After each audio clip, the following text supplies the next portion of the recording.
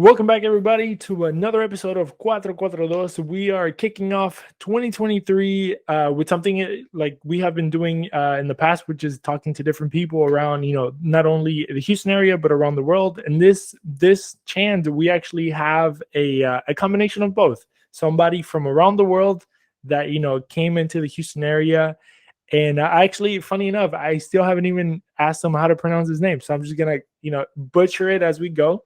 But today we have a Moroccan national. We saw what Morocco did in the World Cup, and one of the first things that I wanted to do as the new year kicked off was talk to somebody from Morocco that experienced the life there, everything there, and what it is to be a soccer fan, from that culture, from that country, from that space and time of life, and just kind of get their perspective and what their country did and what their national team accomplished. They made history, for the country, for the continent, and in the world. So Hamza, hopefully I'm pronouncing that right. I don't know if I'm not, but you go ahead and correct me. How are you doing, man? You're doing great. The pronunciation is perfect. Thank you. All is good. Happy to be on your show. Thank you for having me. How do you say your full name? It's Hamza Bouanssir. Hamza Bouanssir. Okay, all right, all Yes. right. It sounds. Uh, Is it? Well, obviously, your first name. It's probably. Is it Arabic? yeah, Right. it's Or- Moroccan. Yeah, yeah. yeah, But yeah. the last name sounds a little Frenchy, right? Or is That's there what some everyone French? says. Yes. Yeah. Well, Morocco is a very rich country, and so we're influenced by a lot of different cultures, and so France is definitely one of them. Yeah. All right. So Yeah. the conversation for today is gonna be kind of split up into like different little sections that I just kind of want to get to know you in those sections, and we're Yeah. gonna talk about your upbringing in Morocco and how that was. I'm very interesting to know how that was. Then how did you end up in Houston, basically? And you are a coach nowadays. You coach Yeah. soccer, and Yep. then just talk about the World Cup a little bit towards the end. But let's get into it. Let's get into where are you from? What city? How is Morocco growing up over there? Yeah, absolutely. I was born in Casablanca, Morocco, biggest city in Morocco. Born and raised there. My family is from Marrakesh, but I was born and raised in Casablanca. So I was kind of between Casablanca and Marrakesh growing up. And just lived there all of my childhood. Moved here in the U.S. at age 14, so I got to be a little bit a young teenager there as well.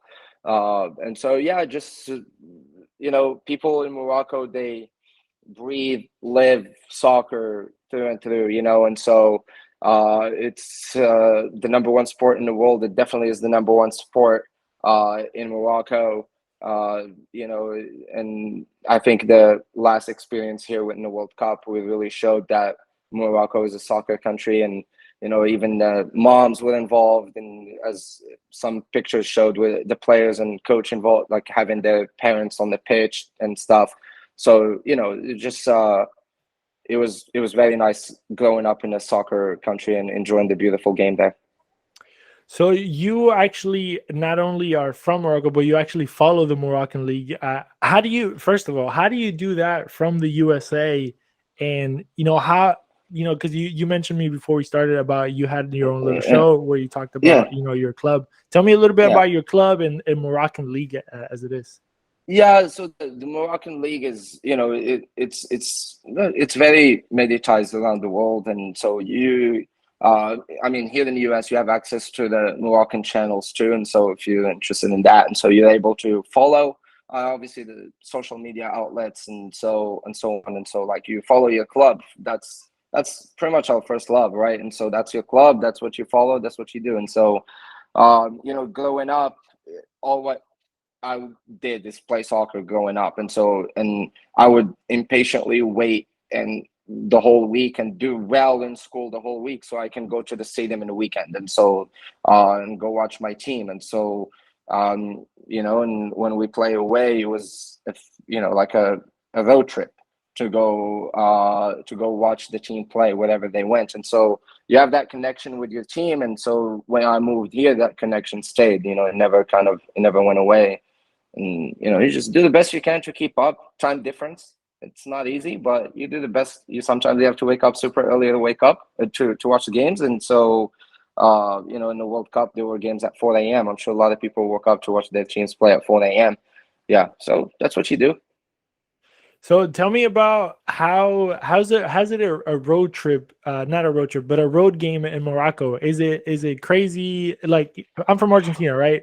So Yeah, people over there, take buses and all this and all yeah, that, and it gets kind of yeah, crazy. And I know the soccer culture in Morocco, it's a little wild at times. I've seen some videos, I've seen some documentaries, and y'all get yeah, rowdy. How is it over there? yeah. Absolutely. I mean, look. The fans, they're the 12th man, and so you go to support your team. You're part of the team, and so and your team performs differently when you're not there. When like, and so the feeling when whether you're a player or the coach or just in the stadium, and when your team scores a goal and 40,000 fans start jumping with joy, and you feel the ground shake beneath you, that you got to be there to know what that feels like, and so I think and even if your team loses, the love is still there, and so you go in, you understand the game, you know that you can win, lose, or tie, and so it doesn't matter. You're still there for your team, you're a family, and it's that's what it is. So you travel anywhere the team goes, you go. And in Argentina, when the people go away, or like, let's talk a little bit about stadium food, because I'm Yeah, interested to know about, what do you guys yeah. eat at the stadium, or what is that like on game day? Yeah. So like Morocco is a Muslim country, so there's not alcohol or anything involved in the stadiums. It's usually just like soda or whatever, and sandwiches, stuff like that. But to be honest with you, like a lot of people, like I feel like the culture here in the U.S., people go for the for the food, for the drinks and whatnot. There you're going on a mission. Like you're dressed in a uniform color. Like for example, my team, we dress in red to go to support our team. You're going, you know that for 90 minutes you have a job to do. At the end of the final whistle, you leave your voice on the field in the stadium. And so, and you come back and you go home, and next morning you wake up and you have no voice because you're screaming and you're supporting for your team. When the other team has the ball, you're whistling, you're trying to apply pressure with your team. So you have a job to do. So we're not there for the food. We're not there for the drinks. We're there to do a job, get 3 points, and get on. That's dope. That's dope. That's good to hear, because, like you Yeah, said, here the culture is very different. So, absolutely. a Yeah. lot of people just go for the party, and not for the actual game.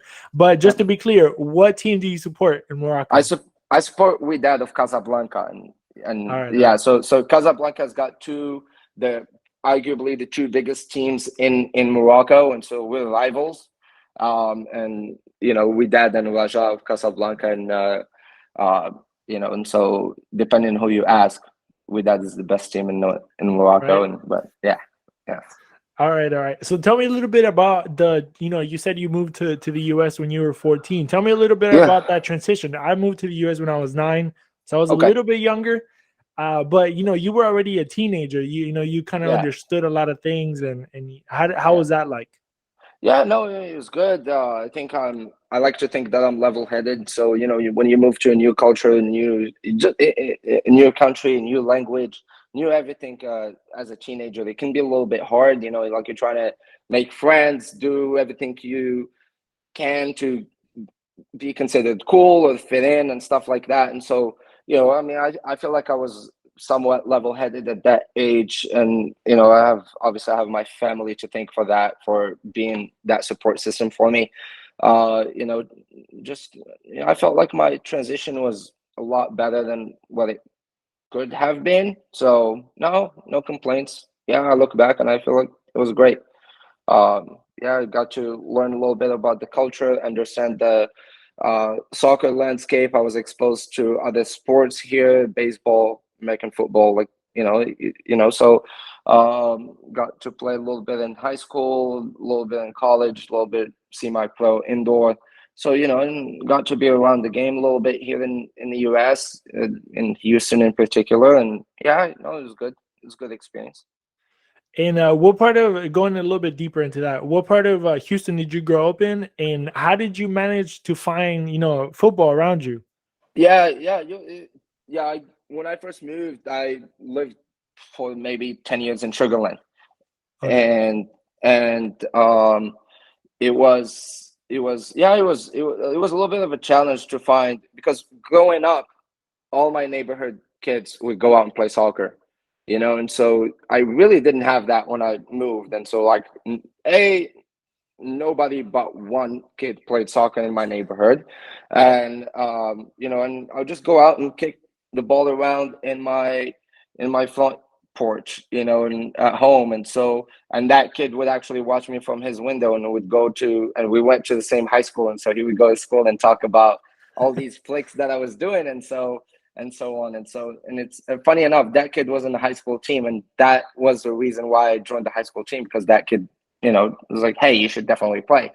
But yeah, eventually I found a group of adults that were playing, Sunday league or stuff like that, and local parks, and that's how I got first exposed to soccer, literally playing with and against adults. As a teenager, and then eventually joined the team and whatnot. So yeah. And how is the Moroccan culture? How's the Moroccan people here in Houston? Is there a lot of you guys? Is that a small population? Is that a No, big it's population? no, no, it's actually it's massive. Just when I first moved, I didn't know anyone, so just didn't find them when I first moved. Yeah, But yeah, it's massive. It's huge, and so yeah, now my soccer community grew, obviously, and so over the years, and so there are a lot of like Moroccan soccer players here in Houston, and yeah, the community is huge here in Houston. that's dope. Yeah. And if a regular person is trying to go, maybe go to a Moroccan restaurant or just trying to find you guys, where could somebody go to be like, hey, I want to go hang out with some Moroccans today? Yeah, we honestly we did we had quite a few watch parties here in Houston, obviously during the World Cup. And it just, I mean, we're pretty much all over Houston. But it's just unfortunate we don't actually have like a Moroccan restaurant here in Houston, like a Moroccan bar or lounge or something, like Yeah, that Moroccans go to. So usually, like we kind of have to schedule something as a community, and go somewhere. But yeah, I mean, that's we don't have a local spot, you know. cool, cool.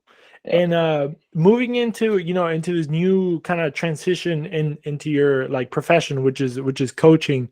Yeah. When did you make that switch in your head from being like, I'm a player, but now I'm gonna start coaching. I'm gonna start going into this, going into that. When did Yeah. that click? Yeah, to be honest, I'm you know, I feel like soccer coaching chose me instead of me choosing it.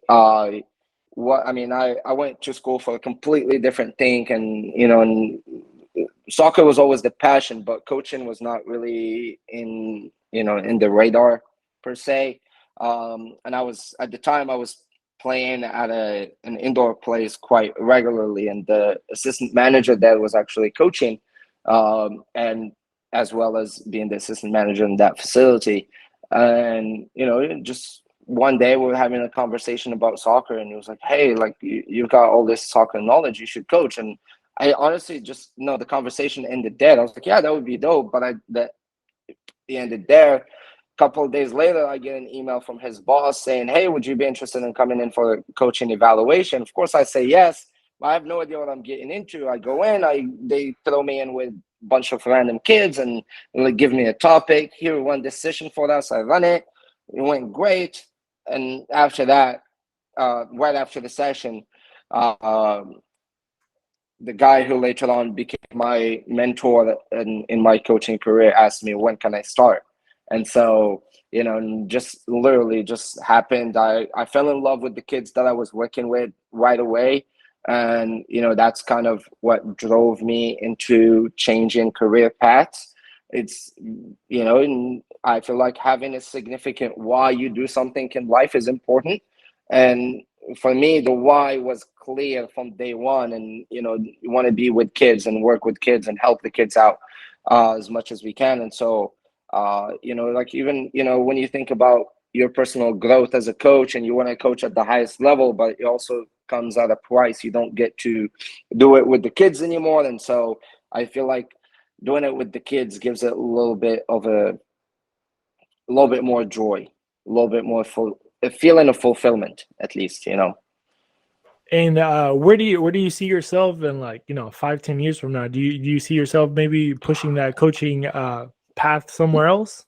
Yeah, Or yeah. I yeah. mean, look, we're always going to be a student of the game, as they say. And so Yeah. we, one of my coaching instructors, used to say, we stand on the shoulders of the coaches that came before us. And so, basically, you'll learn from the coaches that came before you, and hopefully you pass that along to the coaches that come after you, and so on. And so, obviously, like, I just want to expose myself to different coaches that may have more experience than me, more knowledge than me, whatever. And so just be around those coaches and put myself in those environments to continue to grow. Um, I've always thought that I need to learn new tools because I needed to help my kids better and teach them better stuff, or teach them with better methods and stuff like that. But and I thought that I was making them better players, but in reality, they were the ones making me a better person and a better coach, because they gave me that driving mechanism to go out and seek more knowledge and learn more and just grow within myself as well. And so, and I always tell my kids or my teams, and I've coached semi-professional women's team as well. And I told them all the time, learning is a two-way street. I come in here with the mindset to learn and grow just as much as you should as well. And so that's the way I see it. It doesn't matter what level you're coaching. There's always room for growth, room for more experience. So that's the way soccer is, and that's what makes it exciting. All right, since we're talking about, we're getting deeper into the soccer conversations, I wanted Yeah. to go ahead and jump on it into, I don't know if it's the most important thing or the most, I don't know, important thing, it would be the right term, but it's probably one of the, in the history of Moroccan football, probably one of the biggest things that ever happened to you guys, which is Morocco heading to the semifinals. It's Is the that biggest. maybe? It's Yeah. it's the biggest thing. Yep. The biggest. Yep.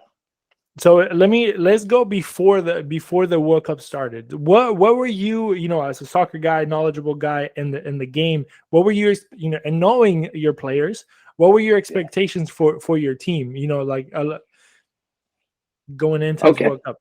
So let me give you a little background on the Moroccan national team before the World Cup. So the Moroccan national team hired Bosnian coach Vahid Halilovic to come in as a head coach, and we did the previous Africa Cup of Nations with him, and we did the entire World Cup qualifiers with him. Morocco went the whole World Cup qualifiers as undefeated. The whole World Cup qualifiers. Probably scored the most goals in all World Cup qualifiers around the world. And Vahid Halilovic had a very interesting personality to him, and a lot of players did not get along with his way of doing things, including our star player, Chelsea player, Hakim Ziyech. And so Hakim Ziyech went as far as retiring internationally. And so we had a lot of players refusing to come for the national team and whatnot. Meanwhile, my hometown club and my childhood love, I would say, Wydad Casablanca, we had coach Walid Regragui. Walid Regragui, before he came to Wydad Casablanca, he did not have any big club experience or clubs with a lot of fans, a lot of pressure experience. And so it was almost like a gamble when Wydad brought him on. And we won the Moroccan League. We won the African Champions League.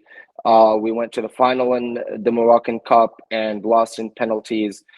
So he did excellent with Wydad Casablanca, and so at the end of his contract with Wydad Casablanca, he said, "Okay, I need some rest. I'm not gonna renew," and he did all of that within 12 months with Casablanca, and he just wanted to rest.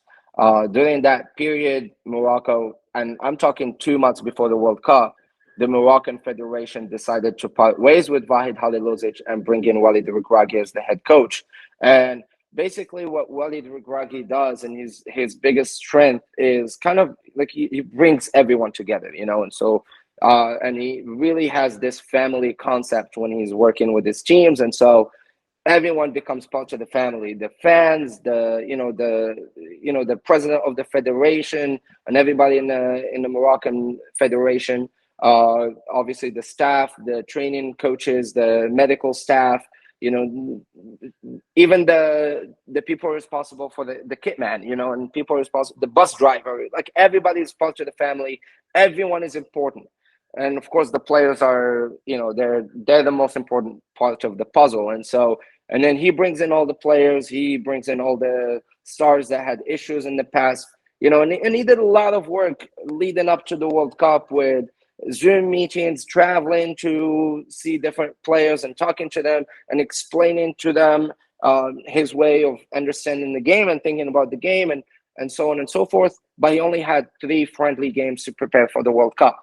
So you're going into the World Cup and you ask me about expectations, and I put all this information in front of you. You can't expect much from a coach that just came into a new project, and you've got Belgium, who finished 3rd place in the previous World Cup, 2nd in the FIFA ranking at the time. You have Croatia, who was finalist in the World Cup, and you have Canada, who won their CONCACAF qualifiers, top of the group ahead of USA. So you're coming into this World Cup and you're looking, okay, maybe if we do some good performances here and there, maybe you get a result here and there, and we'll see what happens. But the number one mission for this Morocco team going in was to not lose the first game against Croatia. And what that does is you have chances to qualify in the last game regardless of what happens in the second game. So you go in against Croatia, finalists of the 2018 World Cup against France, and you go in, okay, and it's a very tactical game. It's a very tactical game. Morocco sets up in a 4-1-4-1, and we go in and, okay, we come out with a draw. Everybody's happy, but then we watch the game against Belgium, Canada, and we're like, oh, maybe we should have went for the win in that game. And so now conversation starts. And then you go play Belgium, and obviously it's it was probably one of the biggest games in Moroccan history. And so but funny enough, last time we faced Belgium before the World Cup, I think it was back in 2008. It was in Brussels, in Belgian capital, and Morocco beat Belgium 4-1 in that game. And so kind of like going into the Belgium game, I thought we had some chances, to be honest, and I thought we could beat Belgium. So yeah, 2-0 against Belgium. It was a good win. And obviously you go into the third game and you have now you have a chance to actually win your group. And so of course we go for it. And the idea was to avoid Spain. And so you win your group and Spain doesn't win their group, and you end up having Spain in around the 16. And Morocco wins the group. Only 1 goal conceded. It was an own goal against Canada, and so it was a great showing for the group stage. And honestly, in the round of 16 game against Spain, the moment we got to penalties, every Moroccan soccer fan probably said, whatever happens from this point forward is great. We are content that we got to this point. And obviously we win penalties. Yassine Bono blocks 2 penalties. Hakimi with the Panenka at the end to win it, and the penguin dance, and so and then the rest was history, because you qualify for the quarterfinals against Portugal, which Morocco did once in the history of Morocco back in '86. And so it was a very long time since Morocco played in the quarterfinal. And then we'll play against Cristiano Ronaldo's Portugal, Bruno Fernandes, Ruben Neves, like the whole orchestra was there. And so it was a great game. Morocco comes out with the win 1-0. with in this series header and his leap. I think it was the highest recorded, even higher than Cristiano Ronaldo's.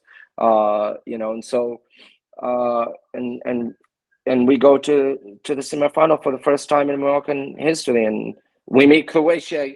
We'll meet Croatia again in a playoff match for third place. And I think during that match, I think Coach Walid Regragui made some decisions to let players play that haven't played in the whole tournament, allow some youngsters to get the World Cup experience. So we didn't put forward our best squad for that game, in my opinion. I also don't think Morocco, well, I know for sure Morocco did not plan to play 7 games in the World Cup. And so what happened was, and if you know this, I skipped the France game. So what happened was when we got to the round of 16 and quarterfinals, we had some key players that were suffering knocks, and you play a game every 3 days, you're gonna have some players that need rest here and there, and so we played our best 11 in each of those games because for Morocco this was our final. We will play this game even if we're playing with one leg, and we will go through this game, and whatever happens next happens next. Like, this is the most important game for us, is this game. And so we always kind of put forth our best players, even though if they were not in the best fitness. And so when we got to that France game, we just didn't have the players. And when you miss multiple players in the same line, so for example, we missed, I think, like 2 or 3 players from the defensive line. If you were missing 3 players, but one of them is a defender, one of them is a midfielder, maybe one of them is an attacker, then you can somewhat patch things up. But if you miss multiple players in the same line, then you're looking to do things differently. And so Morocco set up in a 4-1-4-1 the whole tournament until we got against France. And then against France, we go and play a back 5 for about the first 15 minutes. And our captain, Roman Saiz, who played 6 years in the Premier League with the Wolves, he was playing injured, and he was playing even the Portugal game when he was injured. He picked up an injury against Spain. And so he was playing injured. In the first 15 minutes, he has to come off, and then we go back to a 4-1-4-1. But by then, of course, Morocco conceded an early goal in that game. So, so that's pretty much the story of Moroccan World Cup mayhem. I mean, honestly, it's a great story, ain't it? Like, you coming in with, I mean, not great expectations given, the background that you gave, all the craziness and madness that came with having a new coach, literally with a couple of friendlies under his belt, and then just going that far, right?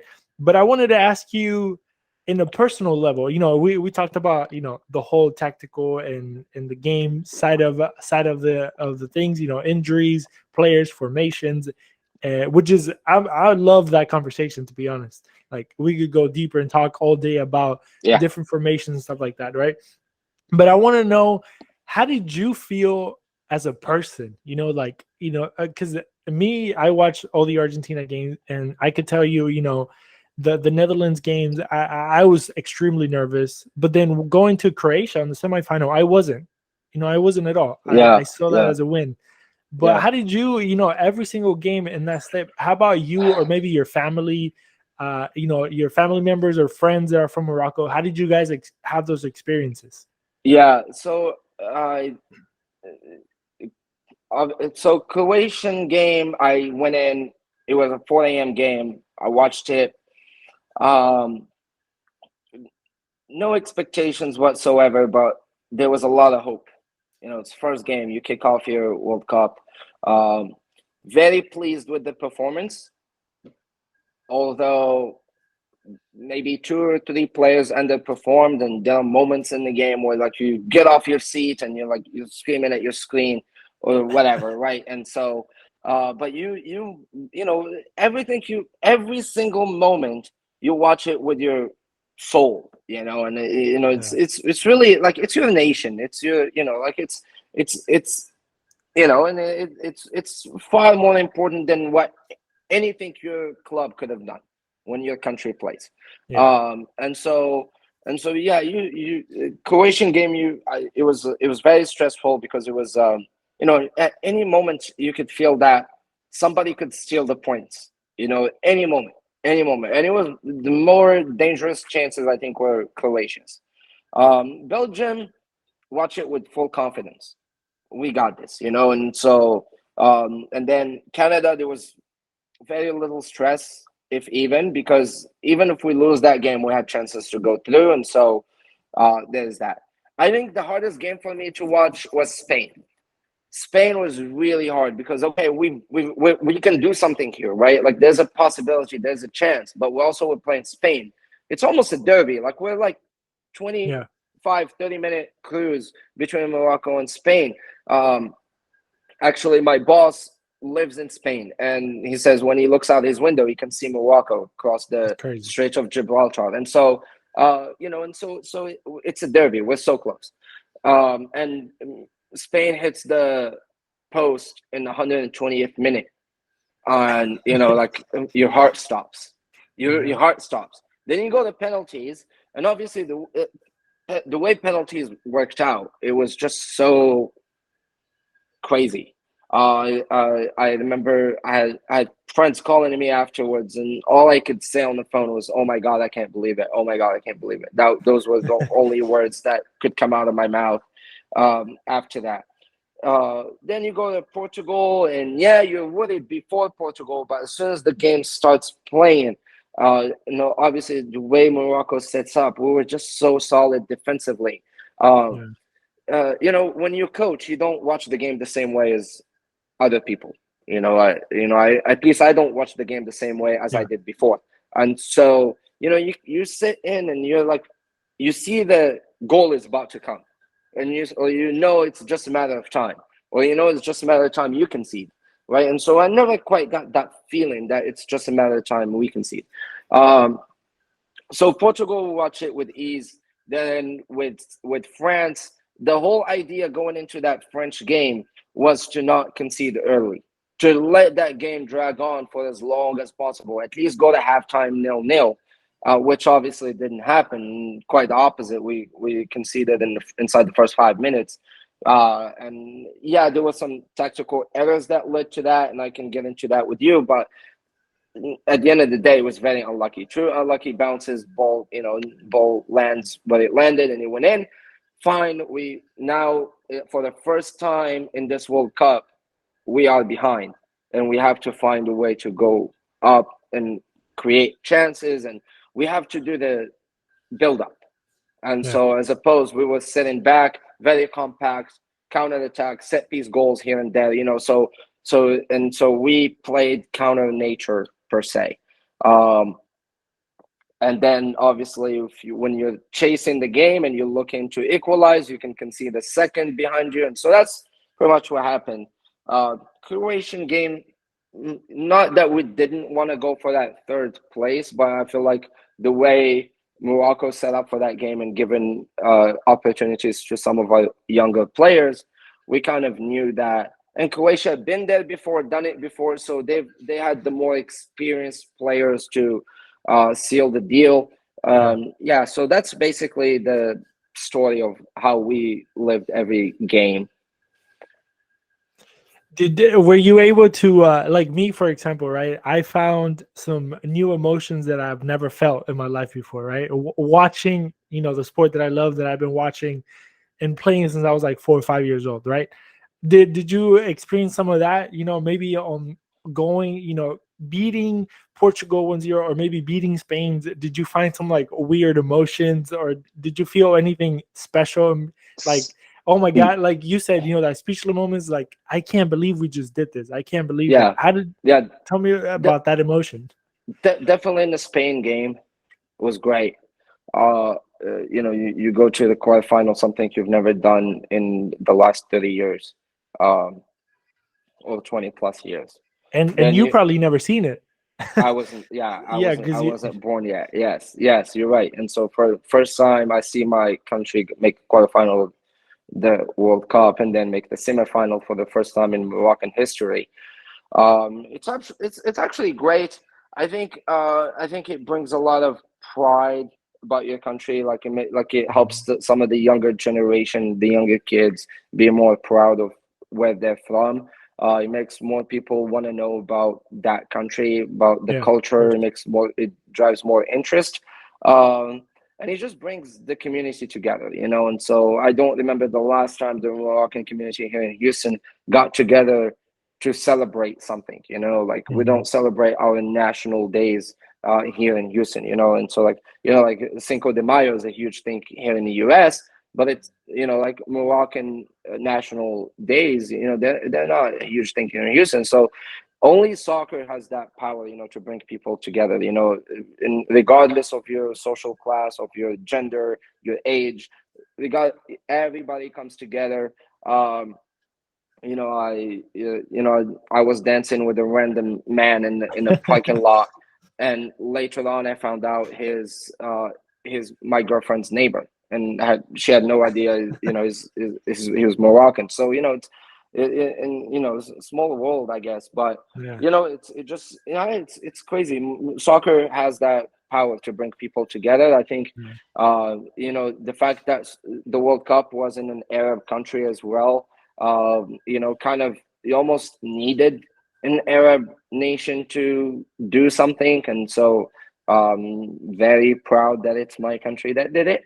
And so it unified the whole Arab world, like Morocco is very big on tolerance, coexistence, and maybe for the first time in history, if not first time, in a long time, you had people in Palestine and Israel celebrating the same thing. And so, regardless of political conflicts, everybody put everything aside. We're going to celebrate the beautiful game. And so we're going to come together and, have a big party. And so World Cup is great. And just moments like that, I don't think you can describe it in just put it into words to describe the magnitude of what you feel your country did, And so I think it's great. Going into that a little bit, I think I know the answer, but do you feel like you guys were the representatives of maybe the Arab nations, of the Arab world, and maybe the African continent as well? So Morocco is, like I said earlier, it's a very rich country in as far as cultures. Okay, so we're in North Africa, which is often associated with the Middle East because we share the language, and we're Arabs. We're in Africa because that's the continent, and we have even Berbers in Morocco, and so we definitely felt like we were representing all those people, we had massive support from African nations rooting for us. We have massive support from the Arab world.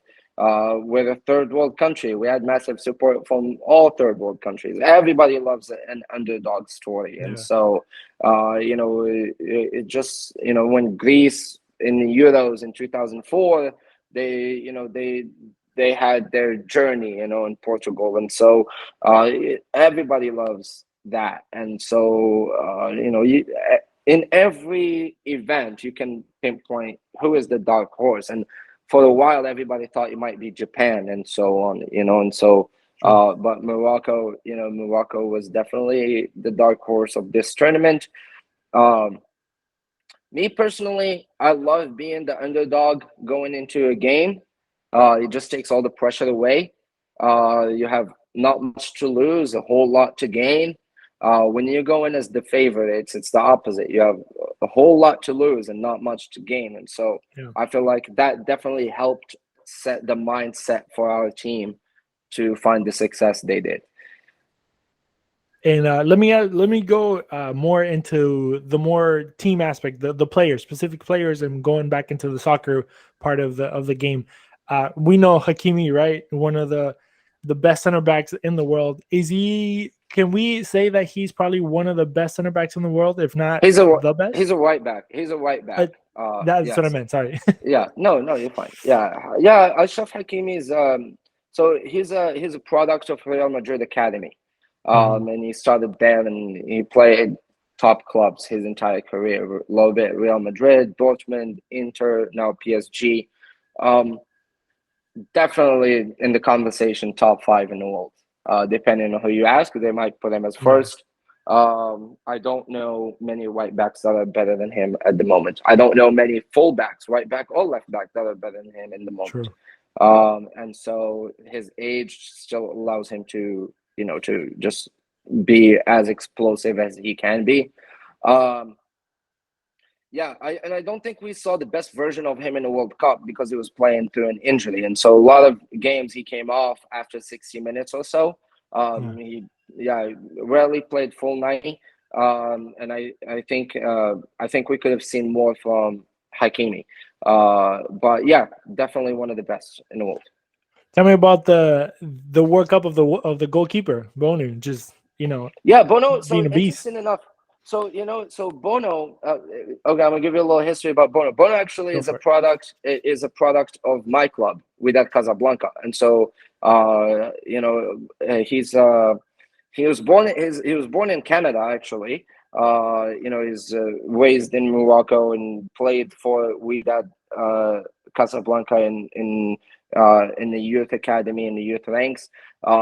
In 2011, Wydad was competing in the African Champions League, and right before the final, our starting goalkeeper got injured in training, and Bono had to step up and play in the African Champions League final.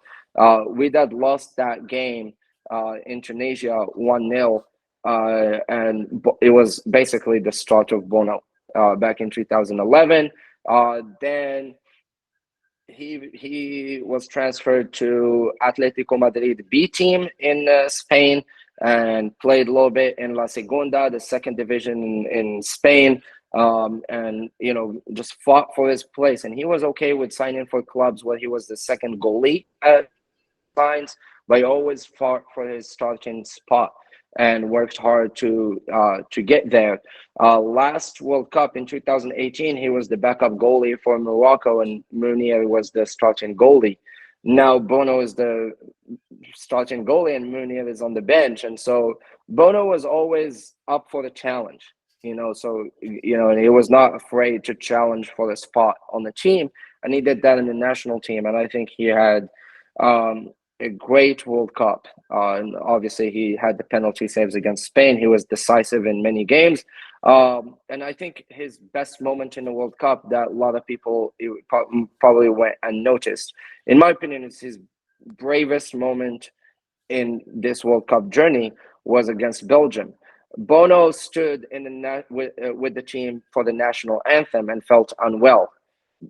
And between national anthem and the kickoff, Mounier starts the game against Belgium, and Bono makes the call and says, "Well, he talks to the refs and asks, hey, if we make a change now, will we lose a sub?"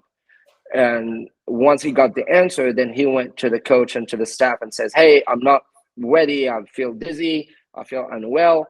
I can't start. I don't want to start this game and then waste a sub 5, 10 minutes, 20 minutes into the game." And so I thought, it takes a lot of courage. It takes a lot of bravery to go and tell your coach and be honest and be straightforward and say, Yeah. "We've got 1 minute before kickoff, but I'm not ready. Like we've tried to do everything I can to make me ready for this game, but I'm not ready to play." And I thought Mounier came on. He had a great game. He had a few magnificent saves. He kept a clean sheet, and Bono was back in the net against Canada and for the rest of the World Cup. But it just speaks highly of the family mentality that this team had, and hopefully will continue to have. And I thought that was his biggest moment in the World Cup. And tell me, well, we know a bunch of names that play all over the world. I mean, Premier League, Bundesliga, La Liga, that play in this Moroccan national team. What are some names that maybe stood out to you? And what are some names that maybe we can look into the future, going out of this? Yeah. So Morocco had a few young players that played in the World Cup. Onahi, he was our center mid. I think Luis Enrique after the game came out and he was asking who that player was. And obviously a lot of, and just covered a lot of ground, played great football throughout the whole World Cup, maybe minus the first game. But he plays for Angers, which is a mid-table team in the French league. And so there might be a big contract coming up for him. The other one is Amrabat, who is bossing it at Fiorentina right now, and he bossed it in the World Cup. He was on center defensive mid, and he probably averaged the highest miles covered in a game. I think he did 15 kilometers, almost 15 kilometers each game, which is unheard of. Yeah.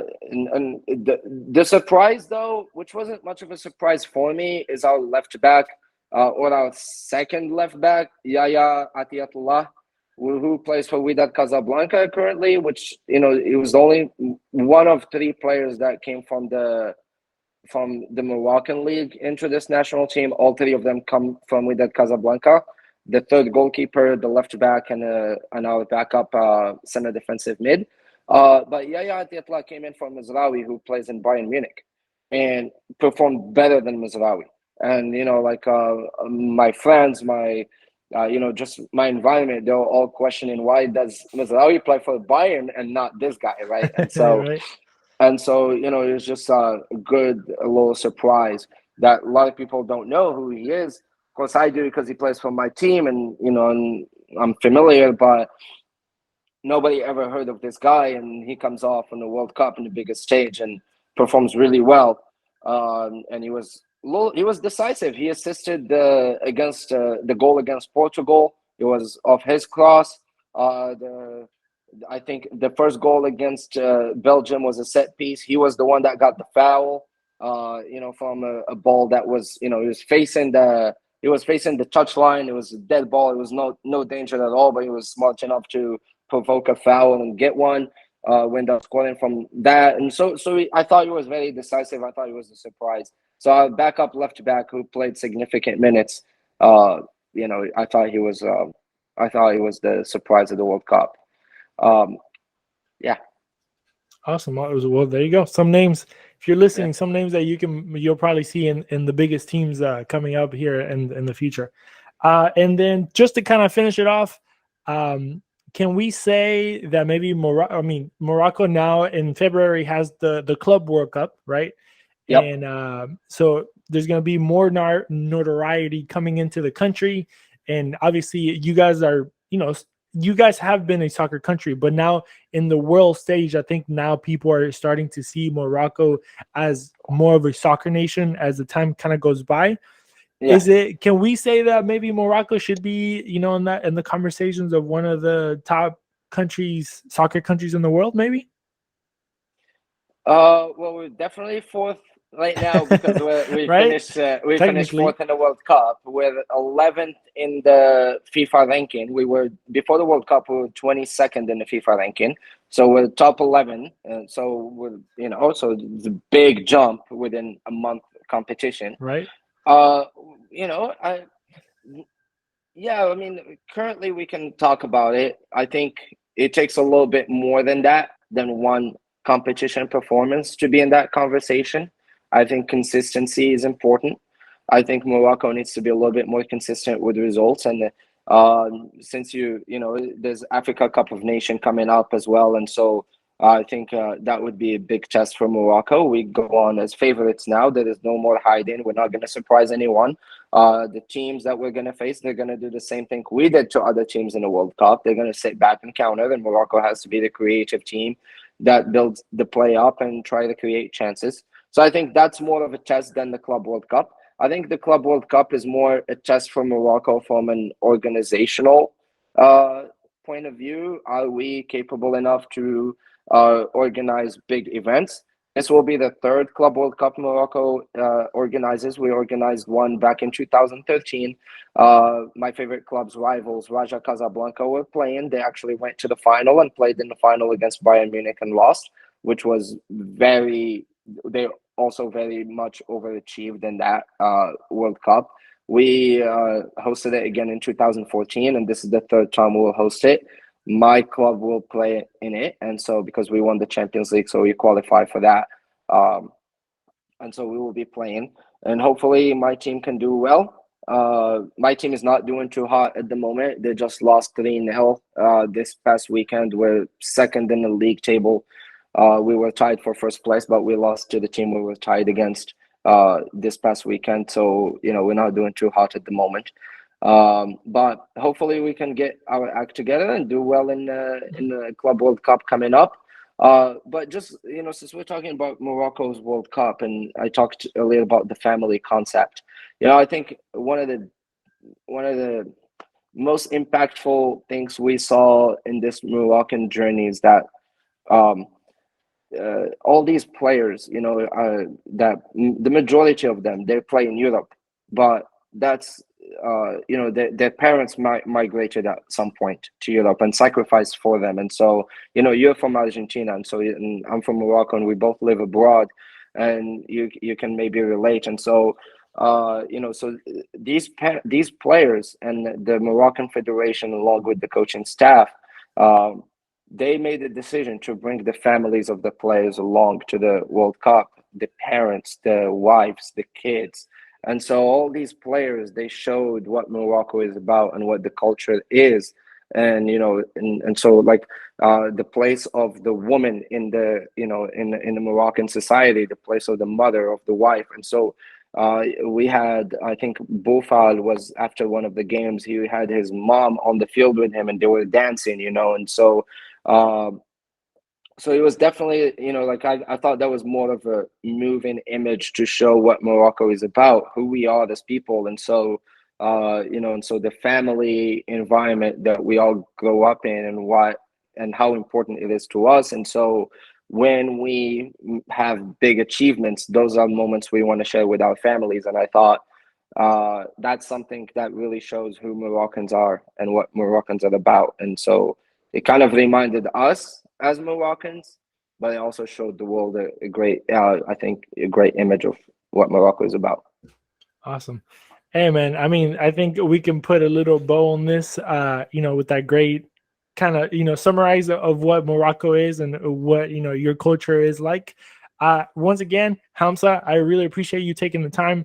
Thank you for, showing myself and the listeners, what your country's about, what your culture is about, and how you guys are a soccer culture as well, right? As we can see in the results. But can you let us know where the people can find you, so they can go follow you and maybe keep up with your work as well? Oh, absolutely. Yeah. So my Instagram is Hamza Bouanssir. It's my first and last name. And, so maybe we can leave it in the description somewhere. And so and absolutely had fun talking to you. Thank you so much for having me on the show. Hopefully your listeners can enjoy the show. And yeah, congratulations to Messi and Argentina. And I think the GOAT conversation was put to bed. Yeah. So, right, exactly. But other than that, we'll just leave those conversations for another time. We'll talk some more Argentina later. But thank you again. And thank you, everybody, for listening and watching. We'll see you guys in the next episode of 442. Don't forget, go follow 442's YouTube channel and the podcast. And we'll see you guys on the next episode. See ya. All right.